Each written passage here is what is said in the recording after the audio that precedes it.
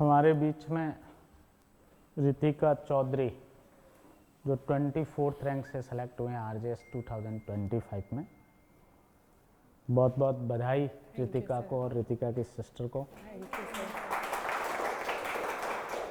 इस मुकाम को हासिल करने के लिए, इस सफलता को अर्जित करने के लिए, इतनी कम सीटों में इतनी अच्छी रैंक से है वो सेलेक्ट होने के लिए।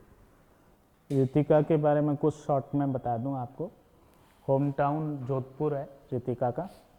BA LLB Jain and Vyas university से 2023 में कंप्लीट की। मीडियम इंग्लिश है इनका और अटेम्प्ट ही आपका सेकेंड अटेम्प्ट था और इंटरव्यू फर्स्ट ही था। इंटरव्यू भी सेकेंड था। सेकेंड अटेम्प्ट था और सेकेंड इंटरव्यू है ये रितिका का। Ritika KD advance law classes institute में judgement writing and new subjects, जो ये Hindu law, Muslim law, partnership, sale of goods, Rajasthan excise, IT, NI जो नए वाले सब्जेक्ट्स ऐड हुए थे, इनकी क्लास और जजमेंट राइटिंग की क्लास ली थी। ऑनलाइन क्लासरूम जो है वो स्टूडेंट रही है। प्रीलिम्स की टेस्ट सीरीज भी ली थी 2025 की, मेंस की टेस्ट सीरीज भी ली और इंटरव्यू गाइडेंस क्लासेस में भी थी 2025 में। लॉ एंड GK की दोनों की क्लासेस और मॉक इंटरव्यू सेशंस में भी पार्टिसिपेट किया। रितिका का सिलेक्शन जो है इनकी मेहनत और ईश्वरीय कृपा का जो है वो परिणाम है। इतनी कम सीटों में भी इन्होंने मेहनत करके और अपनी एक जगह जो है वो 44 सीट्स के अंदर है वो बनाई है। उसके लिए अगेन बहुत बहुत बधाई और शुभकामनाएं। रितिका से मेरा आग्रह रहेगा कि वो स्टेज पे आए और अपनी सफलता यात्रा के बारे में बताए और स्टूडेंट्स जो नेक्स्ट RJS के लिए तैयारी कर रहे हैं उनको मोटिवेट भी करें कि वो भी किस तरीके से तैयार करके और अपना मुकाम या अपनी मंजिल जो है RJS के रूप में हासिल कर सके। यस, रितिका एंड रितिका के सिस्टर दोनों आए स्टेज पे एक बार के लिए। आप थोड़े से इधर आ जाएं, आप भी आ जाएं। आपको बहुत बहुत बधाई और शुभकामनाएं। रितिका आपको भी बहुत बहुत बधाई और शुभकामनाएं। बहुत बहुत बधाई और शुभकामनाएं। यस, अब रितिका से मेरी गुजारिश रहेगी कि वो अपनी सफलता यात्रा के बारे में बताए और हमारे यहाँ से जो इन्होंने क्लासेस ली, टेस्ट सीरीज ली और उसका benefit real main exam, real interview में किस तरीके का हुआ वो उनसे आप बच्चों को है वो रूबरू करवाएं। यस रितिका। मैंने 2023 में लॉ करा था। उसके बाद मैंने फर्स्ट अटेम्प्ट दिया, उसमें प्री मीन्स इंटरव्यू तीनों क्लियर कर लिया था, पर फाइनल कट ऑफ नहीं रह पाई थी ऐसे की वजह से। तो उसके बाद मैंने ऐसे में इम्प्रूवमेंट किया, पर उस टाइम न्यू लॉज आ गए थे तो मैंने सर से एनरोल करवा के न्यू लॉज की क्लासेस ली थी।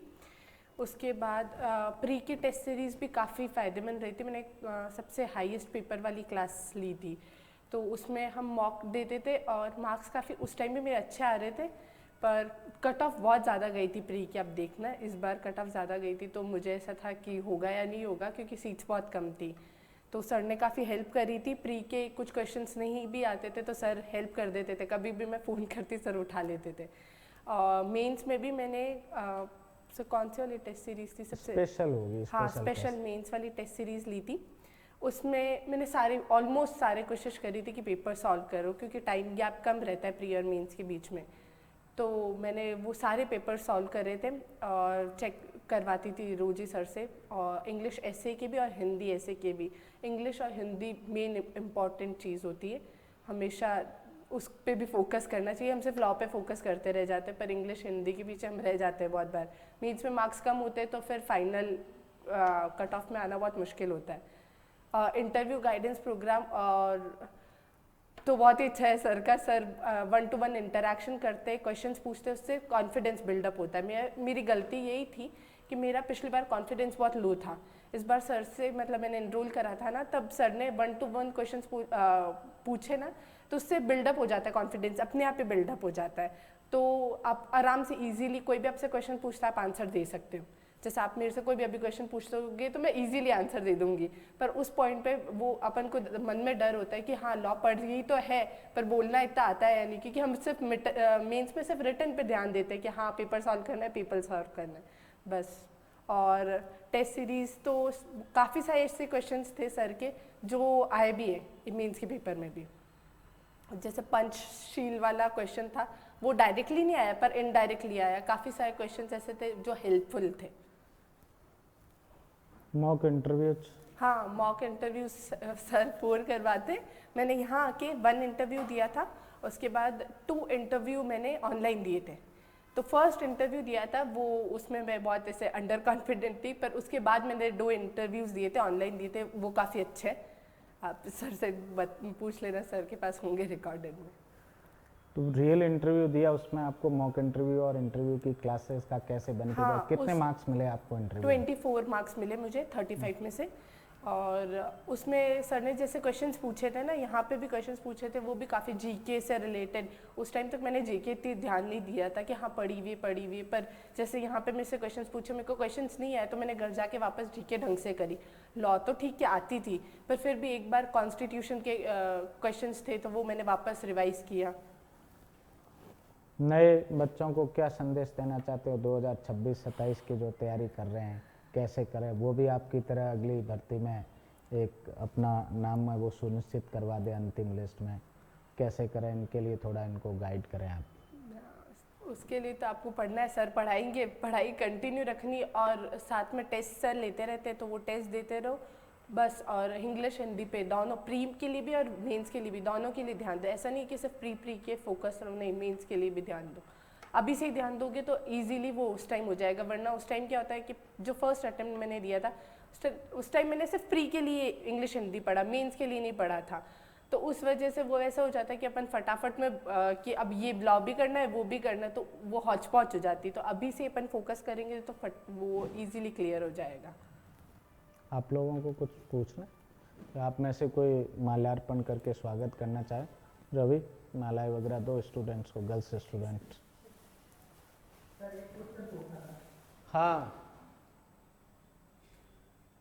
बताइए। हाँ जी सर। मैं ध्रुव सिंह, मैं ये पूछ रहा हूँ कि जो आपने मेंस एग्जाम दिया उससे जस्ट 4-5 दिन 5-7 दिन पहले जो स्ट्रेस रहता है उसको आपने कैसे मैनेज किया, और क्योंकि इतना सब एक साथ में कैसे उसको रिवाइज कर लिया?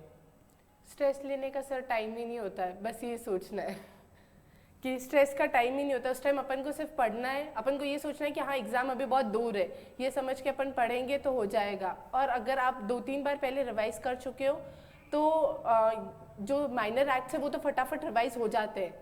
जैसे मैंने फर्स्ट सिविल का पेपर था तो मैंने एक दिन में पूरी सिविल रिवाइज कर ली थी, ऊपर ऊपर से सब रिविजन हो जाता है सर।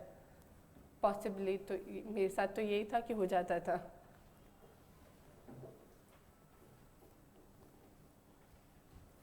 Thank you.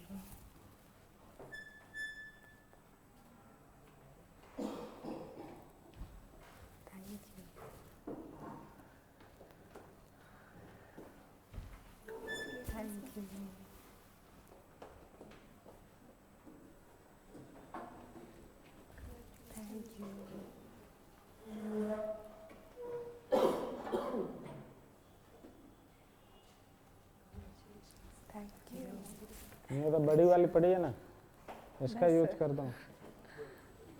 बहुत है।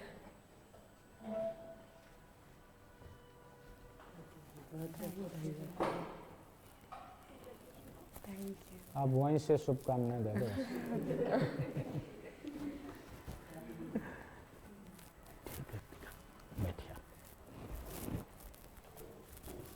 रितिका ने अपने उद्बोधन में आप लोगों को संक्षिप्त में बताया किस तरीके से तैयारी करनी और कैसे मुकाम हासिल करना है।